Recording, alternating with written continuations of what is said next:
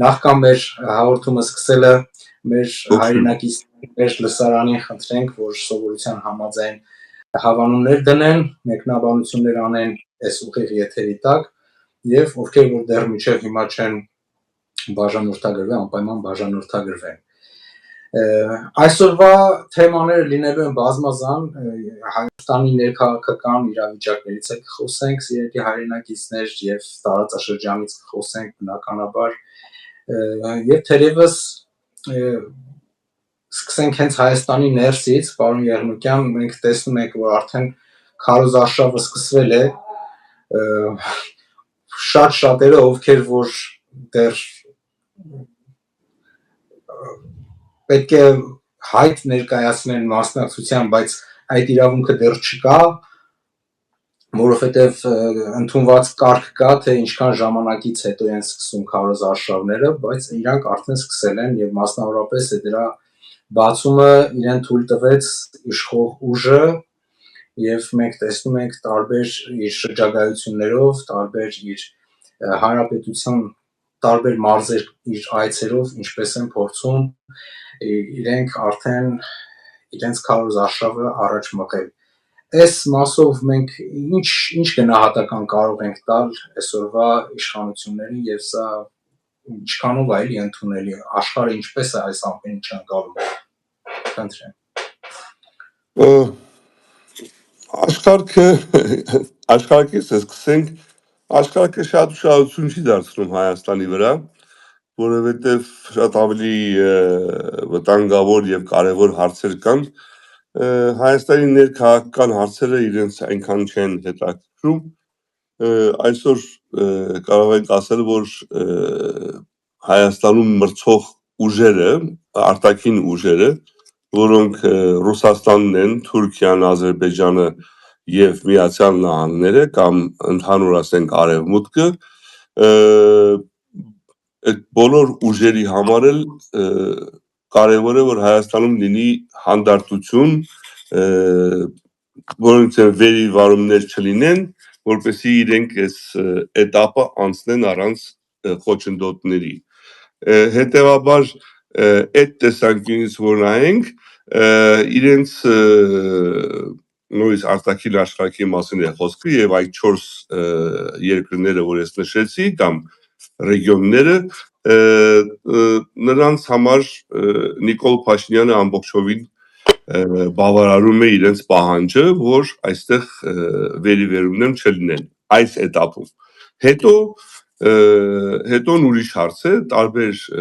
ուժեր, տարբեր կողմեր եւ այստեղ արևմուտքը, երբ որ ասում ենք արևմուտք, պետք է նաեւ հասկանանք, որ Միացյալ Նահանգները մի կողմը, Եվրոպան մյուս կողմը, իսկ արևմուտքի այլ երկրներն էլ արդեն նայած թե որ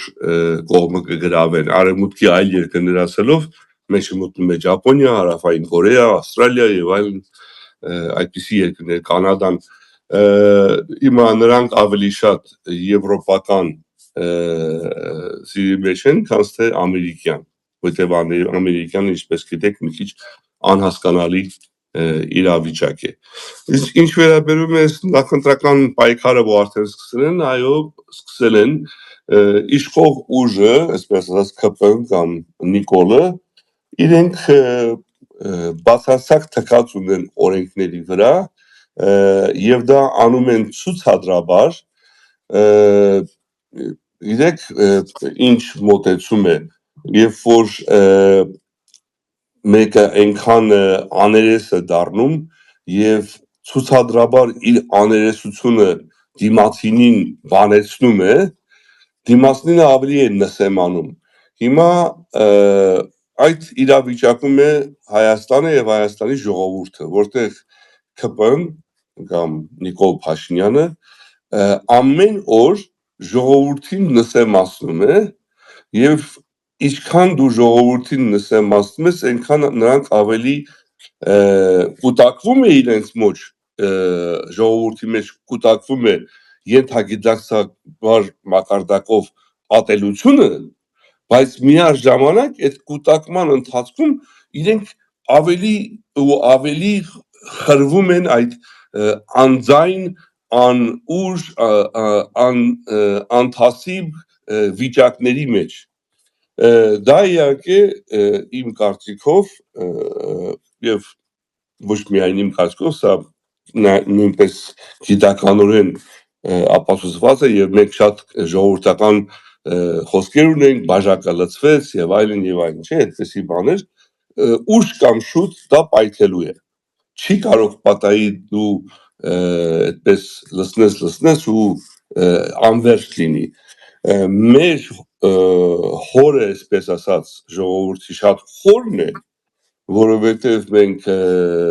հազարամյակ է արդեն ամեն տեսակ արհավելքի հանդիպել ենք եւ հաղթահարել ենք, դիմացել ենք, եղերն ենք տեսել, սով ենք տեսել, այսպես ասած, ստալինիզմ ենք տեսել, հետեւաբար մեր ժողովուրդը շատ հաստ կաշի ունի ու դիմանում է, մեկ ուրիշ ժողովուրդ չէր դիմանա մեր տեղը լինել, բայց մենք դեռ դիմանում ենք, բայց դա չի նշանակում, որ դա անվերջ է լինելու եւ նաեւ եթե հաշվի առնենք, որ մեր ժողովուրդը չնայած որ մենք կովկասցի չենք, բայց կովկասյան տաքարյունությունը մեր մեջ կա, մենք փրկելու եւ մի բոցից կրակ լինելու կամ երկրաշարժ ստեղծելու ժողովուրդ ենք, այնպես որ ոչ մեկ չի կարող կանխատեսել, թե երբ կլինի դա։ Իսկ ինչպես ասեցի, ԿՊ-ն արհամարում է օրենքները, երբ որ իրենց ձեռնտու չեն,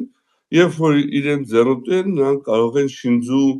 մեղադրանքներով օրենք կիրառել, որ սոդայի շիշ ես տունը պահել, հետեւաբար ապստամբություն ես ուզում անես,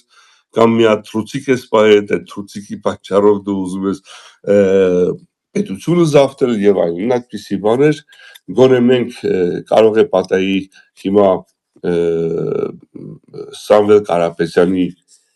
շրջապատը դա նոր է զգում իրենց կաշիի վրա, մենք դա արդեն 15 տարի է զգում ենք։ Իմունիտետ ունենք արդեն։ Իմունիտետ ունենք, ձերբակալումներ, հալածանքներ, խոչընդոտներ, չեն իմանում շատերը, որ մենք 100-ից ավելի աջակից ունենք Հայաստանում, որոնք տարբեր դատերով անցնում են։ Սա հալածանք է։ Չեն իմանում շատերը, որ մեր ինչքան որ մեզ հասնում են, բայց նաև հասնում են մեր բարեկամներին եւ ընկերներին։ Հասնում են այն բանով, որ ասում են նա այդ գործ չունես։ Իմ հարևաններից օրինակ զգուշացել եմ, որ կարող է ինքնին այդ գործ չունեք։ Հեռու մնացեք։ Պարոն Եղնուկյան, բնականաբար շատ ոգևորիչ է ձեր լավատեսությունը, ես հուսամ, որ իրոք այդ համբերության բաժակը ոչ թե հատակն է վնասել կամ ծակվել, այլ ուղղակի շատ խորն է համբերության բաժակը եւ մի օր կլցվի եւ դրական արդյունք կունենանք։ Իսկ թեման ամփոփելու համար, որպեսզի ամբողջական լինի, ինչ է կարծում, ինչ հնարավոր սցենարներ են հավանական այս ամեն ինչից հետո դուք նշեցիք, որ այս պահի դրությամբ բոլորին կարծես թե ձեռնտու է այս ընթացքը, այս իներցիայով շարժվող ընթացքը, հետոյի մասին ամեն մեկը բնականաբար կունենա իր սցենարը, իր նախապատրաստած համապատասխան իր ռազմավարության, իր անելիքներն ունեն, որ կողմի պարագայում ինչ հնարավորություններ կարող է բացվել հայ ժողովրդի համար եւ որոնք են դրանցից ամենացանկալիները։ Ընդհանուր առմամբ ասեմ, որ ինչպես որ նկատեցիք, ես լավատես եմ, բայց լավատես կուրորեն լավատես չեմ, այդ թե հաշվի առնելով գեոպոլիտիկ աշխարհական մեր վիճակը, մեր դիրքը, մեր առաքելությունը, մեր կարողությունները եւ այն առիթները, որ ստեղծվում են եւ ստեղծվելու են Հայաստանի շուրջ։ Կոնկրետ ես ասեմ հիմա թե ինչու համար հիմա է ձեռնտու որ Նիկոլը մնա եւ սա ձեռնտու է ռուսին էլ, ամերիկացուն էլ, Թրամփին էլ, Պուտինին էլ եւ այլն։ Իհարկե Ռուսաստանը կուզենար, որ Նիկոլը ավելի հնազանդ լիներ, բայց Ռուսաստանը ըմբռնումով է մոտենում, հասկանում է, որ Նիկոլը եւ Նիկոլը այդպես էլ ներկայացնում է, որ Պուտին ջան, ինչ անեմ, ինձ այնքան են ճնշում Ամերիկայից, պետք է ես էլ անեմ, այսպեսի խոսակցություն ալնում իմ կարծիքով Կրեմլի պատերից ներս։ Պուտինն էլ հասկանում է, որ այնպիսի վիճակում է, որ Ռուսաստանը չի կարող իր ուզածը թելադրել այլևս Հայաստանում, քանի որ իրենք հերացող ուժ են, հետաբար Ռուսաստանին ձեռ էր տալիս, որպեսի Հայաստանը անցներ Թուրքիայի հովանավորության տակ, դառներ թուրքական վիլայետ, դա նախընտրելի է Ռուսաստանի համար, բայց արի ու տես, որ Թրամփը իր բոլոր թերությունների հետ միասին արեց ձիով մի քայլ, որը թրիպ կոչվածն է։ Ես թրիպի բան չեմ, ջատագով չեմ եւ այնտեղ շատ պրոբլեմներ կան, բայց առաջի օրվանից էլ ասել եմ, որ թրիպը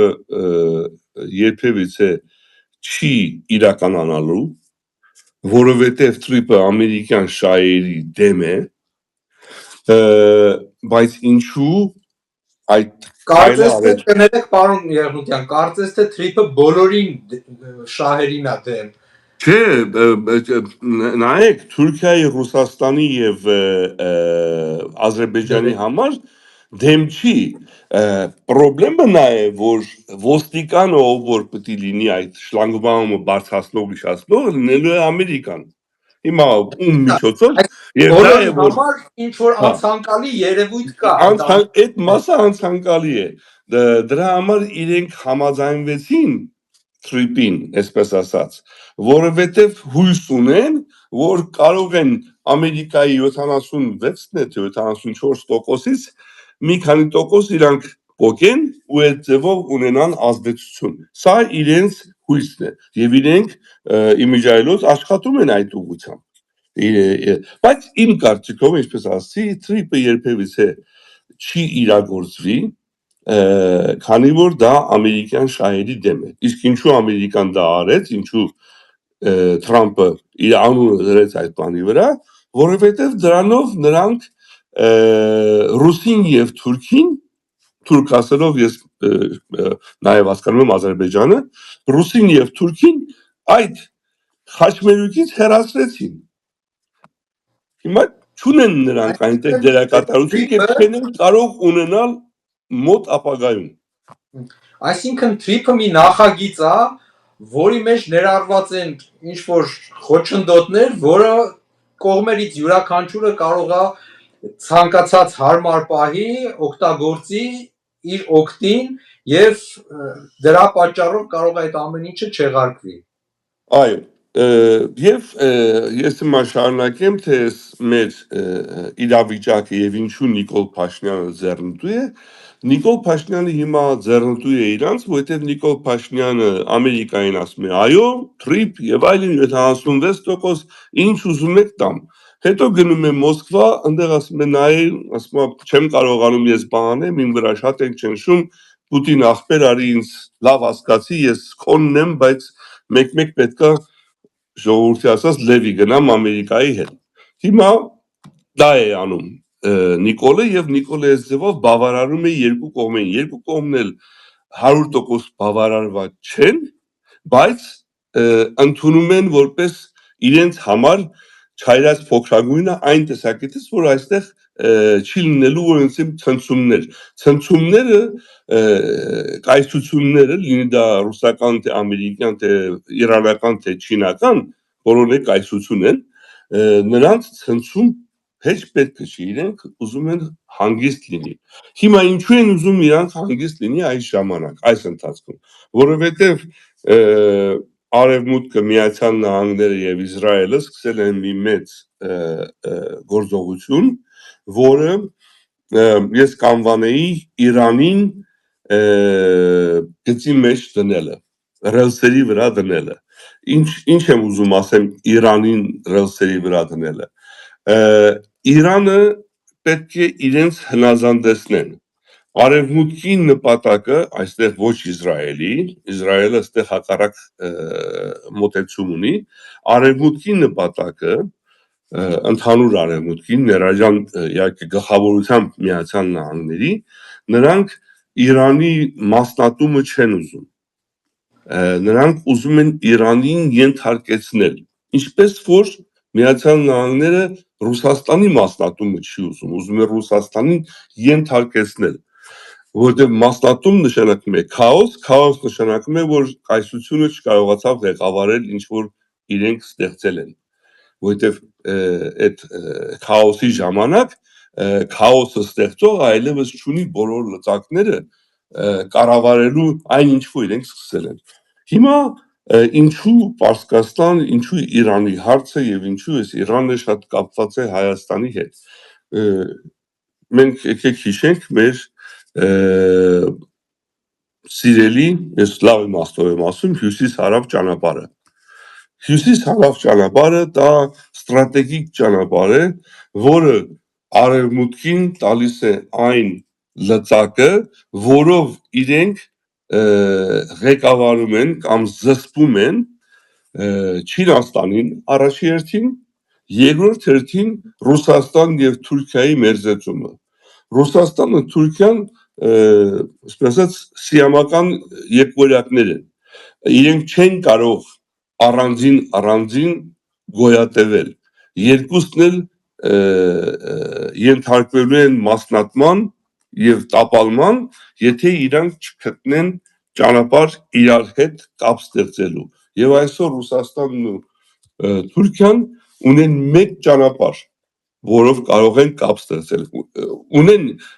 այսպես ասած, նույնիսկ երկրորդ ճանապարհը Վրաստանի միջոցով, բայց դա, ինչպես գիտեք, ինչքան էլ որ Վրաստանը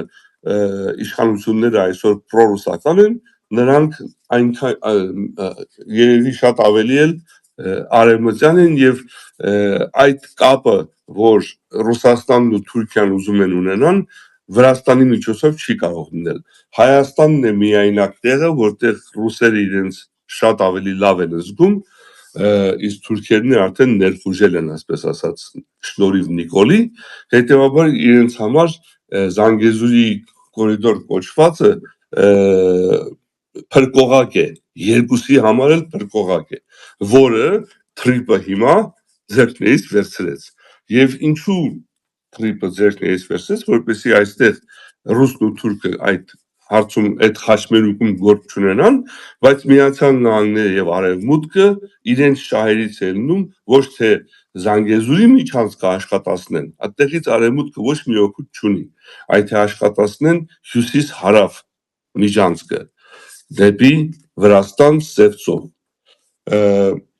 Ես այսպես մի քիչ աչքի ձախից եմ խոսում, բայց բոլոր փոխկապակցված են։ Ես ասում եմ, այս հարցը ամփոփենք, որովհետև նոր հարցեր են արդեն առաջին։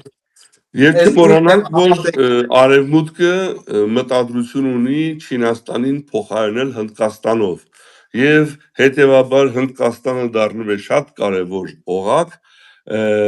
այդ օղակի մեկն էլ Պարսկաստանն է, մյուս օղակը Հայաստանն է, չորրորդ օղակը Վրաստանն է։ Հիմա փաստորեն այս գծի վրա Վրաստանն ու Հայաստանը խնդիր չեն, որովհետեւ Արևմուտքը այս երկու փոքր երկրներին կարող է թելադրել ինչպես ուզում են, Հնդկաստանի շահերը արդեն այդ ուղղությամբ է, հետեւաբար Հնդկաստանը խնդրեմ չի, այստեղ խնդրեմը կրոնական պետություն Իրանն էր։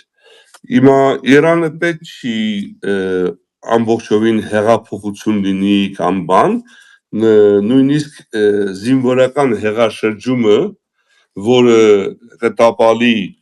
մոլլաների իշխանությունը, ասենք թե, եւ կլինեն ավելի արևմտամետ, քան թե հիմա են, այդքանն է բավական է, ուզում ասեմ իրենք պետք չի դառնան ժողովրդավարության բաստիոն, ինչպես որ Հայաստանն է։ Իրանը միայն պետք է երկու բան անի, պետք է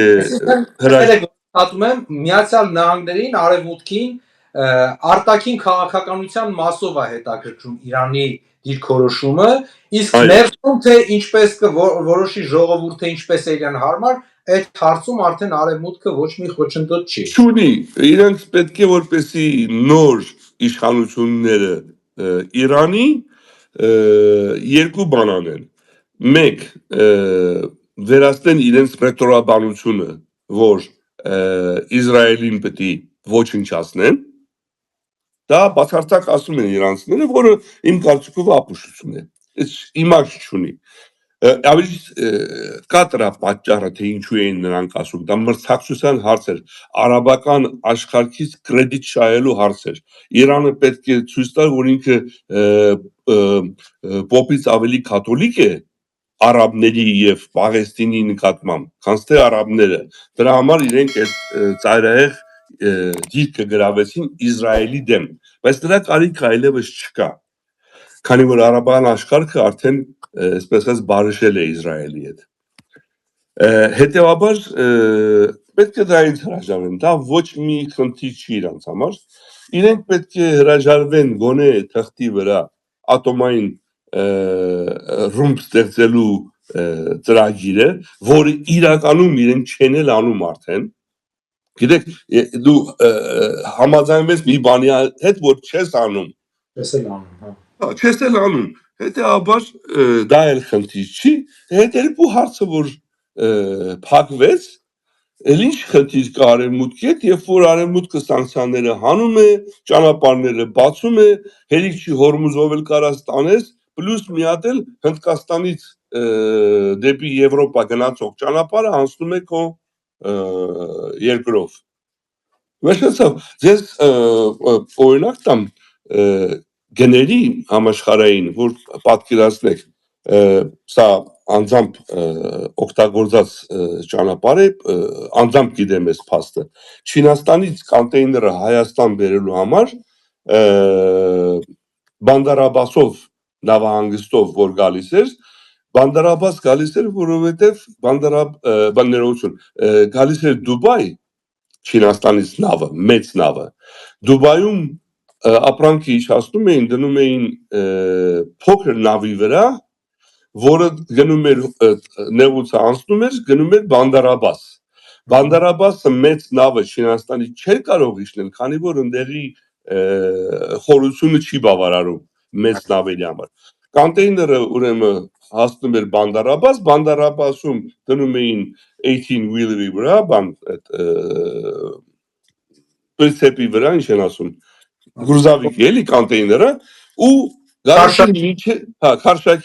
գալիս էր մինչև Հայաստան մոտավորապես $5,000 մի կոնտեյները 40 ֆուտանոց։ Այս վերջի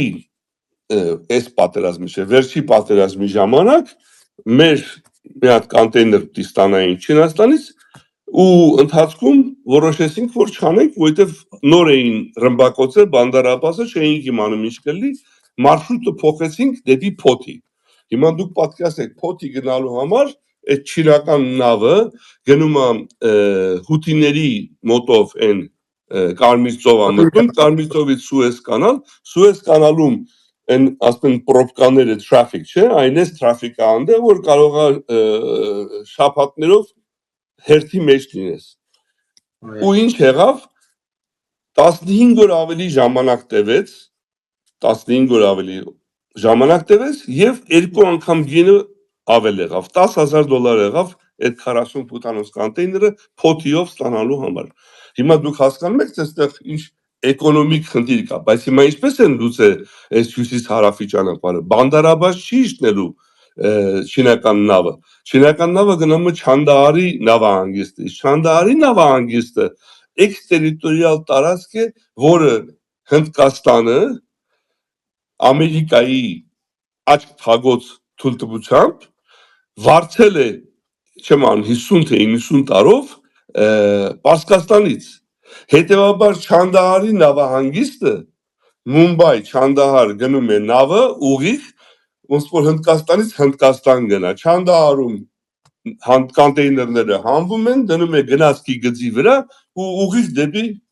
Հայաստան։ Հայաստանում էլ արդեն ստեղ գալիս է այդ Նախիջևանի փոքր հատվածը, որ գնացքի գիծը կապում է, եւ դա լինելու է շատ կարևոր հանգամանք, այդ հարցում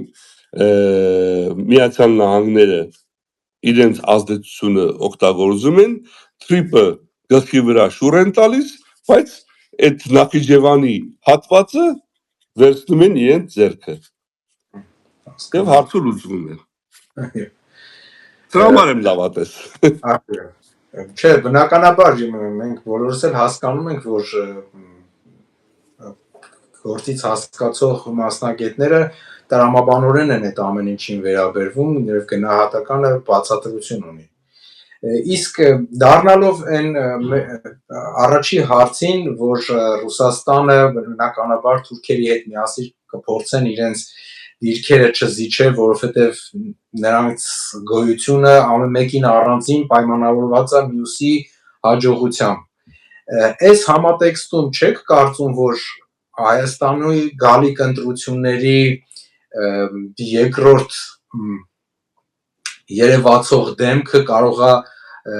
ինչ-որ նոր խաղի կանոններ թելադրի։ Խոսքը Սամվել Կարապետյանի մասին է, որը բավականին մեծ միջոցներ ունի եւ կարող է, ասենք, ինչպես շատերն են պնդում, հայկական Իվանիշվիլի տարբերակ կլինի։ Այս համատեքստում ինչ վտանգներ կան եւ ինչպես է Արևմուտքը այս ամեն ինչը վերլուծում, ինչ բացատրություններ կամ հակադարձումներ ունի այս թեմայով։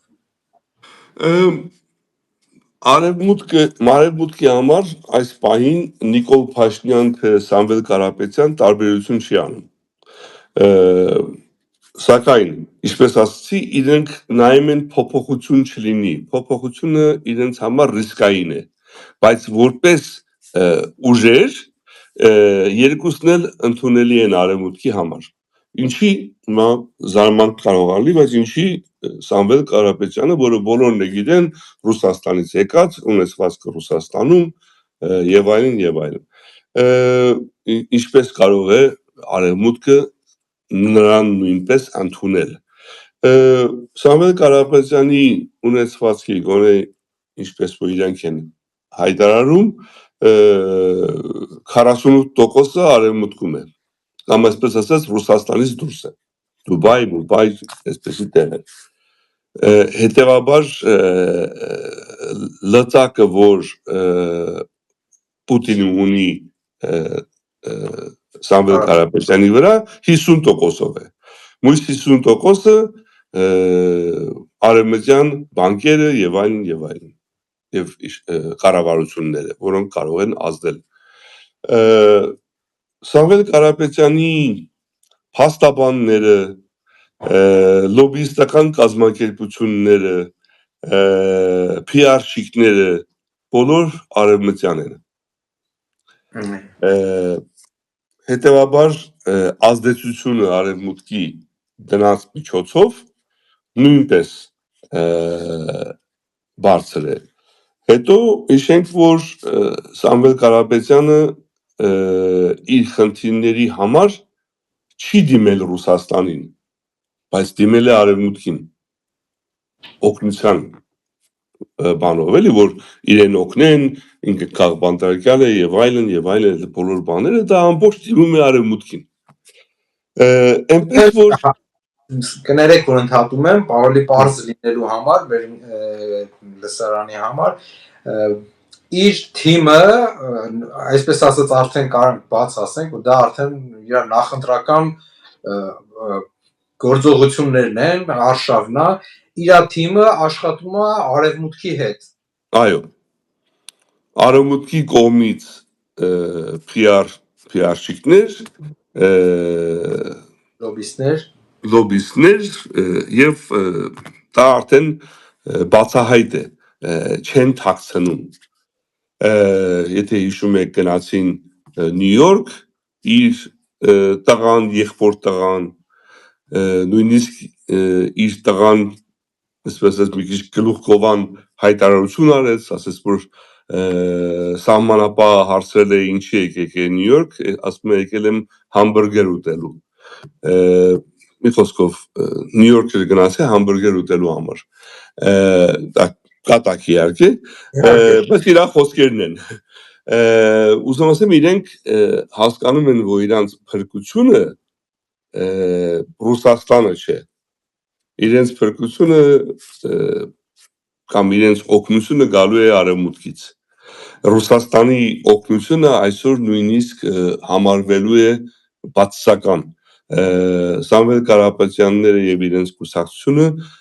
ջանք չեն խնայելու, որպեսզի ցույց տան, որ իրենք Ռուսաստանի հետ կապ չունեն, որ Ռուսաստանը իրենց վրա ազդեցություն չունի, որտեղ դա այս պահին մեր ժողովրդի մոտ եւ կարող եմ ասեմ շնորհիվ ԱԺԲ-ի եւ նախկինում էլ հիմնադիր խորհրդարանի ջանքերի մեր ժողովուրդը հասկացավ, թե Ռուսաստանը ով է, գույրորեն չեն մոտենում Ռուսաստանին, արդեն բացահայտվել է, որ Ռուսաստանը գործել է մեր դեմ, ես չեմ մեղադրում Ռուսաստանը գործում է իր շահերի համաձայն, կարող է ես համաձայն չլինեմ, որ ինքը ճիշտ հաշվարկ չի արել, որ իր շահերը այդպես պետք չի լինի, բայց ես ով եմ, որ Ռուսաստանին ասեմ իրեն շահերը ինչն է, իրենք պետք է որոշեն, իրենք էլ որոշել են, որ իրենց շահերը Ադրբեջանի եւ Թուրքիայի հետ են, եւ նոր չեն որոշել, սա այսպես ասած արդեն 300 տարի է որ գնում է այդ ուղղությամբ։ Իսկ ես բարեբախտաբար մեր ժողովուրդը գոնե, գիտեք, դա հասկացավ։ Եվ չեմ ասում բոլորը, բայց արդեն ճնշող մեծամասնությունը դա հասկացել է։ Հետևաբար Ռուսաստանի հետ կապերը բացասական երևույթ են լինելու ընտրություններին։ Դա համար Սամվել Կարապետյանը պետք է անի ամեն ինչ, որպեսզի ցույց տա, որ ինքը կապ չունի։ Իսկ մի sense հարցեր տամ, հիմա կմտածեք տենց հումոր կա, չէ, ասում եմ, հիմա դու իմ կողմից ես, թե Գայլի կողմից ես։ Ստացվի թե ես անդադ վատատեսական մոտեցում եմ, ուղղակի անցանկալի վտանգները, ասենք, բացառելու նպատակով եմ էլ ես հարցերը տալիս, ինչ վտանգ քողարկված լինեն։ Հնարավոր համարում եք, որ ասենք Ռուսաստանը քողարկված ձևով Սամվել Կարապետյանին տենց թույլտվություն արտոնած լինի, ասի դու գնա Եվրոպային ասա, հա Ռուսաստանը վատն է, սենց անեցա, թող քեզ օգնեն, հետո երբ որ արդեն մենք մեր գործերը կանենք, մենք մեր ներքին հարցերը արդեն արած կլինենք, ինքնավստահ կլինենք, դու ոնց որ կոպիտ ասած մենք քեզ կօգնենք, դու արևմուտքին կգցես, մանավանդ որ այնտեղ 48% է, իսկ մեր մոտ 52% ունես։ Ինչ իրենց ասելով, հա։ Գիտեք, Ռուսաստանը միշտ ի տարբերություն Ամերիկայի, Ռուսաստանը միշտ խաղում է այս խաղերի մեջ մի քանի պեշկաներով, զինվորներով։ Հիմա համարենք, որ Նիկոլ Փաշինյանը, Սամվել Կարապետյանը եւ Ռոբերտ Քոչարյանը այս Ռուսաստանի 3 պեշկաներն են, որ ինքը 3-ին էլ առաջ է հրում, ով որ թակուի մտավ, իրան ձեռա տալիս։ Եվ ինչու է Ռուսաստանը միշտ այդպես խաղում, որովհետև Ռուսաստանը ներքին մրցակցություն ստեղծելով մի քարով 2 հուշ է սպանում, այսպես ասած, մեկ որ ժողովրդի մեջ հայ ժողովրդի մեջ սուտ մրցակցություն է ցույց տալիս, երկրորդն էլ այդ իր 3 հատ պեշկաներին, զինվորներին միշտ զգոն է պահում, որ նայ, հա, եթե բան չանես, Ռոբին կբերեմ, եթե անգաս Ռոբ դու խելոք չմնաս, Սամվելին կբերեմ, այսպես այս խաղը 3 զինվորները իրար մեջ մրցում են, թե ով ավելի լավ ով ավելի լավ ծառայելու Ռուսաստանին, բայց ինչպես ասեցի, Ռուսաստանը համել ունի խնդիր իր գլխին բերեց Ուկրաինայի խնդիրը իրենց վնասեցին ամերիկացին ասում են shoot you in the foot, չէ, որ ինք իրեն ոտին կրակեց ու այդ հիմա այդ կրակածից դուրս չի կարողանում գա, ոչ առաջ են գնում, ոչ հետ են գնում, ոչ խաղաղություն է, ոչ պատերազմ է սենց եւ սա այսպես կարող է շարունակվի շնորհիվ Տրամպի օգնության։ Եթե Տրամպը չօգներ Պուտինին սա արդեն վերջացած կլիներ, բայց նորից վերջանալու է Ռուսաստանի պարտությամբ։ Միայն ժամանակի հարց է։ Հիմա Ռուսաստանը Հայաստանից ընդհանուր Կովկասից քաշվում է։ Եվ ինչպես ասացի, նրանց նպատակն էր դա հանձնել Թուրքիային։ Թուրքիայի հետ միասին ռուսերը 16 պատերազմ են ունեցել, որից 13-ը իրենք են հաղթել, 3-ը թուրքերը։ Այնպես որ ռուսի համար Թուրքին հանձնելը հիմա համարվում է ժամանակավոր, բայց արդեն եթե Ամերիկային հանձնեն, դա արդեն հիմնական է։ Նայեք Ամերիկային հանձնեց Գերմանիան, Ճապոնիան, Հարավային Կորեան ու վերջ էլ հետ չեն գնա նրանք դեպի այն կողմ էլի արդեն Ամերիկայից իրանք լավ են զգում իրենց համար։ Դրա համար իրենք ամեն ինչ անելու են, որպեսզի ոչ թե իրենք իշխեն, բայց իրենց ազդեցությունը շատ չքչանա։ Գիտեն իրենք, որ իրենց ազդեցությունը իշխնելու է, բայց հիմա իրենք աշխատում են նրա վրա, որպեսզի իրենց ազդեցությունը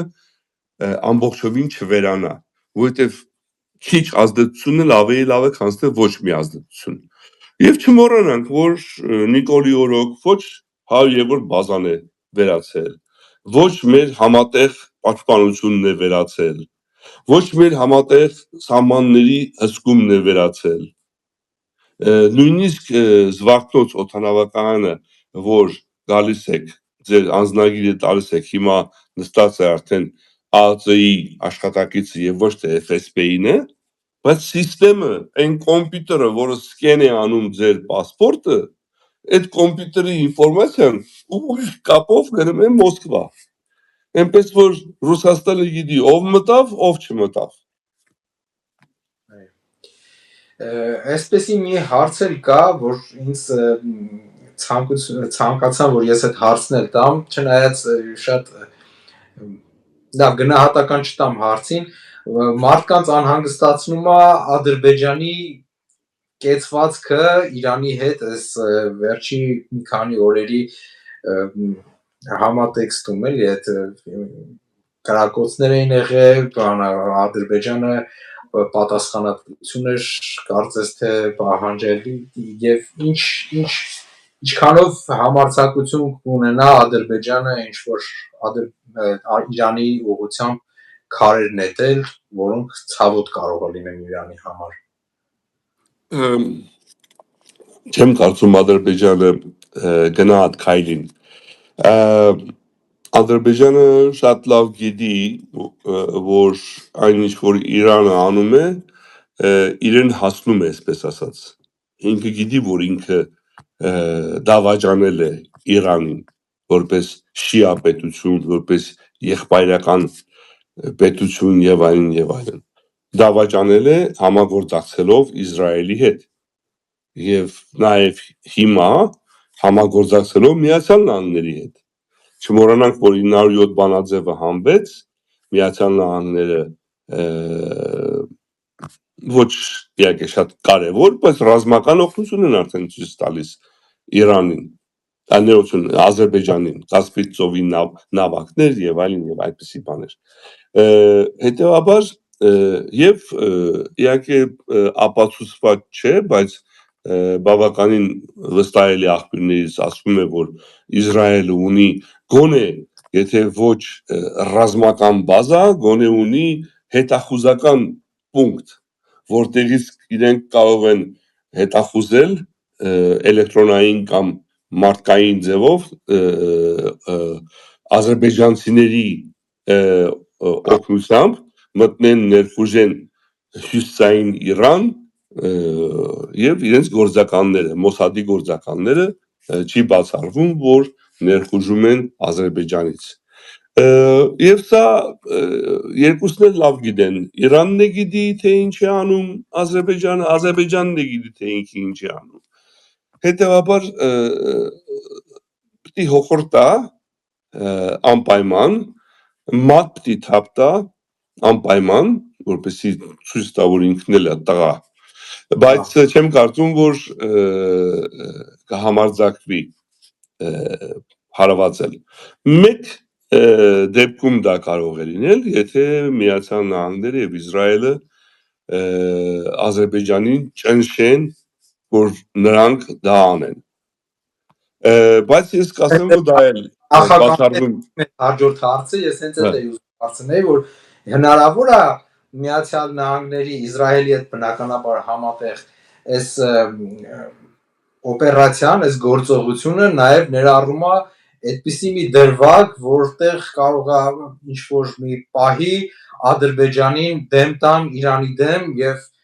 Ադրբեջանի հարցերն է լուծելու ձեռի հետ, էլի ոնց որ հարցերը լուծելու համար այդպիսի մի մանյովր անեն։ Տեսականորեն կա, բայց միայն այն դեպքում, եթե Իսրայելը դա ստիպի Ադրբեջանին եւ չենթարկվի Միացյալ Նահանգների պահանջին։ Իսկ Իսրայելը շատ զգուշավոր է, նա նախընտրում է մանիպուլացնել Միացյալ Նահանգներին, քանց թե բացահայտ դեմ գնալ։ Իսկ այսօր Միացյալ Նահանգները, ես մի օրինակ կբերեմ ապացուցելու համար, ինչ որ հիմա ասում եմ, այսօր Միացյալ Նահանգները, ինչպես ասի, չեն ուզում Իրանի մասնատումը։ Իսկ ադրբեջանցիներին գործի դնելը կամ քսի տալը դեպի Իրան նշանակում է հյուսային Իրանի այդ մասը, որտեղ ադրբեջանցիներ են բնակվում, անջատել։ Սա արդեն դառնում է Իրանը քանդելու process, որը Միացյալ Նահանգները վստահաբար չեն ուզում։ Ինչու եմ սա պնդում, որովհետև եթե հիշեք, շատ, գիտեք, այս պատերազմը արդեն ինչ է, երկրորդ շաբաթն է, շատ երկար ժամանակ չի անցել, բայց սկզբներում Միացյալ Նահանգները Իսրայելի օգնությամբ եւ մասնակցությամբ քրդերին ոտքի հանեցին։ Քրդերին ոտքի հանեցին, Իրաքից քրդերը մտնելու էին, հավաքվել էին սահմանին, բավականին փեշմերգաներ, այսպես կոչված, հավաքվել էին, որպեսզի մտնեին Իրան։ Եվ իհարկե այդ սահմանը Իրաքի եւ Պարսկաստանի բնակեցված են քրդերով։ Նույն ձևով Թուրքիայի եւ Իրանի սահմանին բնակեցված են քրդերով երկու կողմն էլ։ Իսկ Թուրքիայի համար դա մահացու խնդիր է, որ քրդերը Թուրքիայից մտնեն Իրան։ Եվ եթե դա լիներ, ուրեմն այնտեղ պիտի լիներ արյունահեղություն, որովհետև ի տարբերություն Իրանի ադրբեջանական մասի, Իրանի քրդական մասը զինված են։ Եվ քրդերը զինված են, ինչպես ի տարբերություն ադրբեջանցիների, հետևաբար եթե քրդերը Իրաքից եւ Թուրքիայից միանային Իրանի քրդերին, այնտեղ արդեն լինելու էր ներքին արյունահոսություն, արդեն ոչ թե արտաքին ռակետներով, այլ լինելու էր ապստամբություն եւ հաստատ Իրանի Քուրդիստան կոչված մասը անջատվելու էր։ Հիմա արդեն այնտեղ իրենք բավականին անկախ են քրդերը, բավականին ֆեդերալ զորքերը այնտեղ այնքան ազդեցություն չունեն, ինչքան որ ունեն Ադրբեջանի մասը։ Հետևաբար վերջերս փաստորեն Թրամփը կամ Ամերիկան, ասենք, կանգնացրեց քրդերին առաջ խաղացումից, թույլ չտվեց, որ քրդերը գնան առաջ, եւ փաստորեն Իսրայելը ենթարկվեց Միացյալ Նահանգներին, գոնե հիմակ։ Դրա համար ես կարծում եմ, որ Ադրբեջանի մասով չի լինի, որովհետև ինչպես ասացի, Ադրբեջանի մասը Իրանի զինված չեն, ինչպես որ զինված են Քրդստանում։ Շանսերը շատ ավելի քիչ են, որ այնտեղի ներխուժումը կարող է ազդեցություն ունենալ։ Չմոռանանք նաև, որ գիտեք, շատերը չեն իմանում, գենետիկական մակարդակով Իրանի ադրբեջանցիները շատ մոտիկ չեն Ադրբեջանի ադրբեջանցիներին։ Իրանի ադրբեջանցիների գենետիկական հիմքը պարսիկներ են, հնդեվրոպական։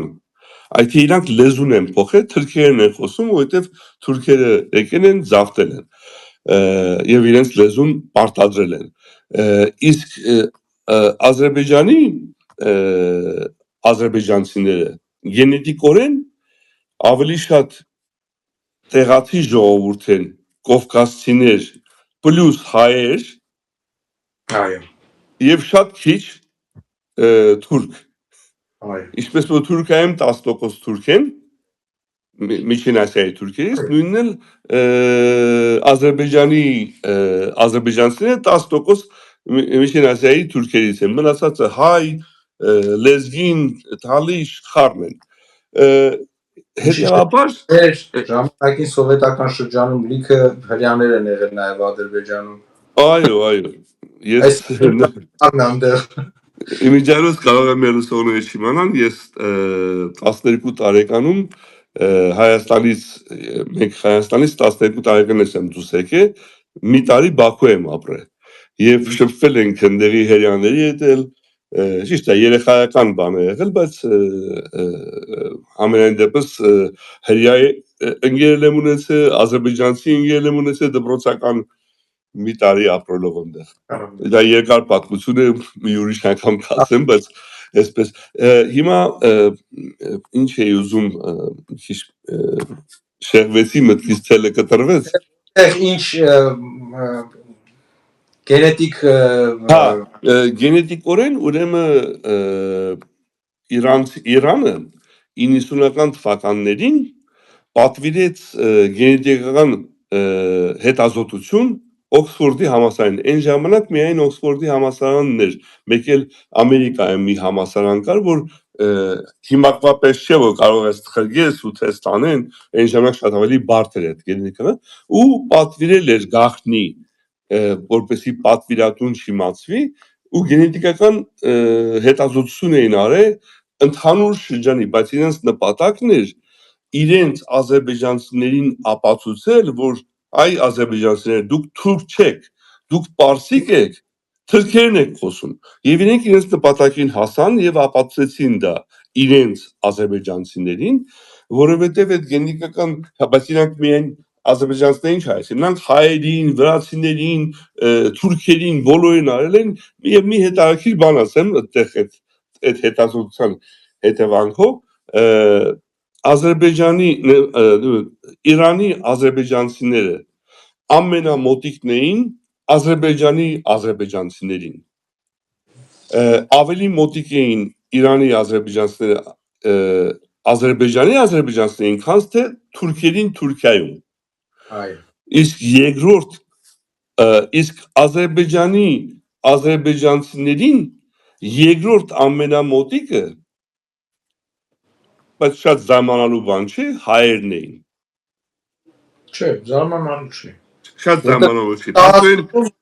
Հնուց հայկական Այո, փաստորեն Ադրբեջանի ադրբեջանցիների առաջին կուզենը Բասկաստանի ադրբեջանցիներն են, երկրորդ կուզենը հայերն են։ Սա էլ այդ հետազոտությունն էր, որը իրենք ապացուցեցին, որ Իրանի ադրբեջանցիները ընդհանրապես այդ նույն արիացի, Իրանը արյան է, չէ՞, նույն արիացի ժողովուրդն է, լեզվափոխ եղած։ Ինչպես որ հայերի մեջ կային լեզվափոխ եղած, որ թուրքերեն էին, Ղայսրիում օրինակի համար հայերը թուրքախոս էին։ Նույնիսկ հայատար թուրքերենով ավետարան ունեինք։ Այսպես։ Դրա համար չեմ կարծում, որ ձեր վերջի պատասխանը չեմ կարծում, որ Ադրբեջանը ռիսկ կանի, եթե Իսրայելը չճնշի եւ եթե Միացյալ Նահանգները Իսրայելին չզսպեն։ Մի քանի եթեներ կան։ Այո։ Մի հարց էլ ունեմ, պարոն Երխմիկյան, արդեն մոտենում է մեր եզրափակվելու ժամանակը։ Այս սիրով շատ ավելի երկար կխոսեինք, բայց սուղ է ժամանակը։ Այս մի հարցը շատ կարևոր է, ուզում եմ անպայման տամ։ Ես ինքս այդ մտքին եկել եմ, ինձ ձեր կարծիքը որպես մասնագետի շատ հետաքրքիր է։ Մենք այս հյուսիս-հարավ ճանապարհից որ խոսում ենք, շատ անգամ որպես թիրախ ընդգծվում է, որ Միացյալ Նահանգները Չինաստանի առաջընթացն է ուզում կանխել եւ դրա համար ամենալավագույն օգնականը Իրան Հնդկաստանն է, բայց մենք շատ լավ նաեւ հասկանում ենք, որ Հնդկաստանն էլ հզոր պետություն է եւ այսօր արդեն Չինաստանին իր բնակչությամբ գերազանցող պետություն է, արդեն հայտնի է դա փաստ է եւ ես մտածում եմ այդ կոնտրոլը, այդ կառավարումը իր ձեռքում պահելու համար Միացյալ Նահանգներին Իրանը պետքա ոչ միայն Չինաստանին պահելու համար, այլ հետագայում նաեւ Հնդկաստանին իր հավատարիմ ընկեր ունենա, որպեսզի Հնդկաստանը շատ չոգևորվի, շատ չինքնուրույնանա, էլի այսպես ասած, ինչ կարծիքի եք, որովհետեւ տարածքում Հայաստանը, Վրաստանը հենց նույն այս փոքր պետությունները չունեն են քաշը, ինչ ունի Իրանը եւ Իրանը այդ կապող ուղակի մեջ, այս շղթայի մեջ կարող է այն դոմինանտ դեր ունենա, որ թե Չինաստանին, թե Հնդկաստանին արդեն կառավարող բան ունենա, գործառույթ ստանա։ Այո, Իրանը բալանի երկիր է, որից շատ բան է կախված։ Նույնիսկ մեր ներքին քաղաքական հարցերը Իրանից է կախված որոշ չափով։ Հնդկաստանին, գիտեք, ստեղ շատ հետաքրքիր է, որ ինչպես գիտեք, որ լսում եմ ասում են հայկական գենը, ես այդ նախադասությունը չեմ ընդունում, որտեվ այսպես ասած իրականում գիտականորեն հայկական գեն չկա։ Կա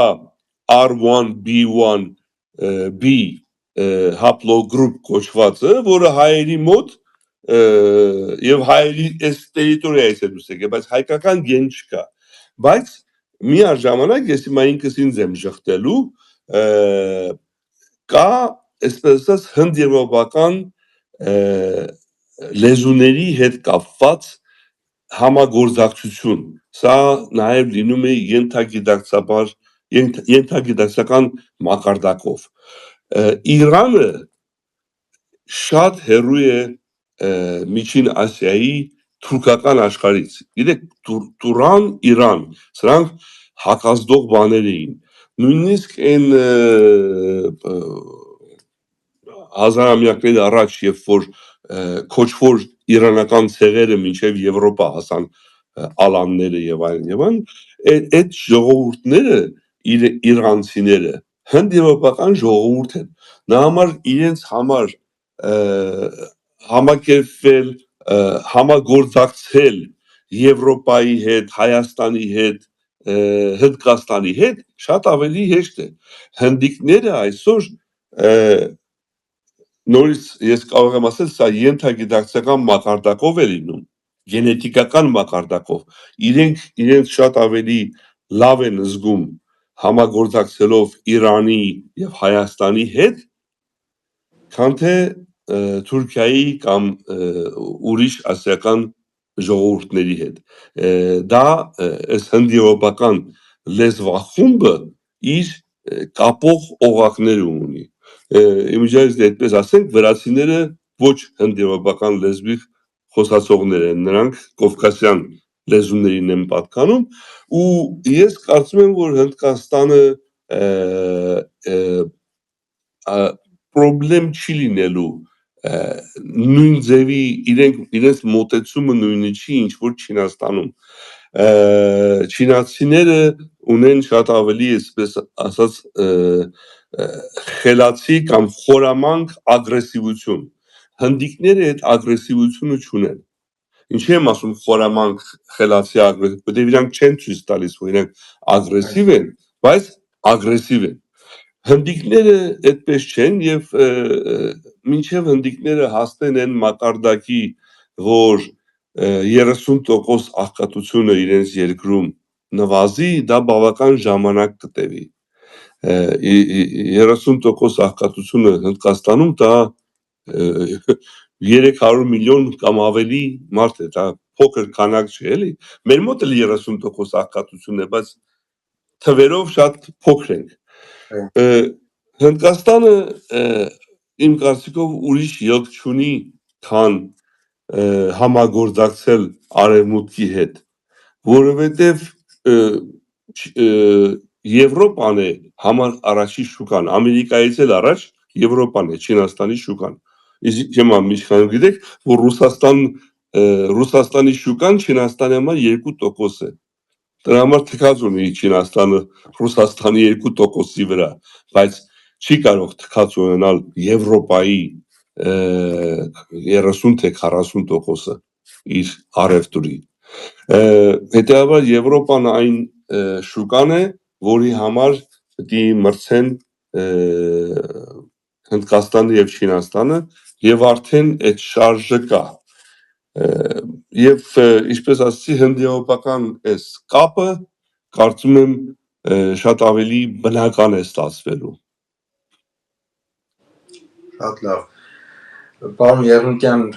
շատ շնորհակալություն ձեզ բովանդակալից զրույցի համար, շատ անգամ մարդիկ վերլուծություններ են անում, բացատրություններ են տալիս, բայց բոլորովին ուրիշ է, երբ որ մարդիկ տոկոսներով ամեն ինչ ճշգրտված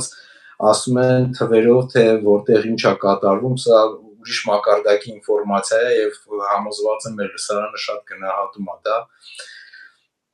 Ամփոփենք այսօրվա ձեզ առողջություն, իդեպ ինչպես է ձեր առողջությունը, մենք քաջատեղյակ ենք, որ Միացյալ Նահանգներ գալ, ձեր բուժումը ձրի ստանալ։ Թույլ չտվեցին իշխանությունները Նիկոլ Փաշինյանը, ինչ ասեմ, ինչ բառ օգտագործեմ, որ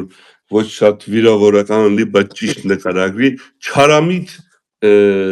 չեն պահող անձնավորություն է։ Եվ այսպես ասած, ժողովրդի լեզվով ասած, մուռ է հանում վրես։ Բայց վնաս չունի, էդ էլ կանցնի։ Մենք դիմաց կունենք, այդքան բանի դիմանում ենք, շատ շնորհակալ պարոն Եղնիկյան, սիրելի մեր հանդիսատեսներ, մեր աջակիցներ, խնդրում եմ եւս մեկ անգամ եթերը ավարտելուց առաջ անպայման տարածեք, մեկնաբանություններ գրեք, դա օգնում է, որպեսզի YouTube-յան հարթակում մեր եթերները ավելի մեծ դիտումներ ունենան։ Շատ շնորհակալություն պարոն Եղնիկյան, շատ շնորհակալ ենք սիրելի հայ ժողովուրդ, մեր ունկնդիր եւ ակնդիր, կհանդիպենք հաջորդ շաբաթ։ Այսօր այսքան, ցտեսություն։